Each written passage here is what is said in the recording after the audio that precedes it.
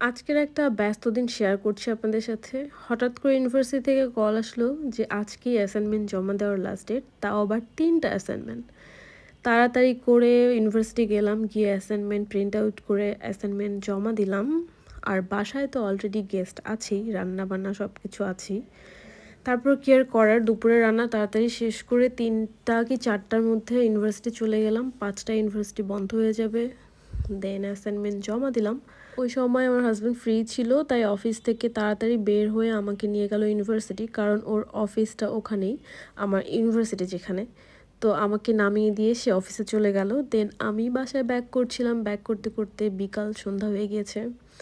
দেন বাসায় আসার পরে যেহেতু বাসায় গেস্ট ছিল, আমার শ্বশুর শাশুড়ি ননদ সবাই ছিল বাসায়, তো তাদেরকে নিয়ে বের হলাম বিকালের নাস্তা করার জন্য। তো আমরা গিয়েছিলাম স্মাইল ফুড কর্নারে, ওদের খাবার তো অসম্ভব মজা।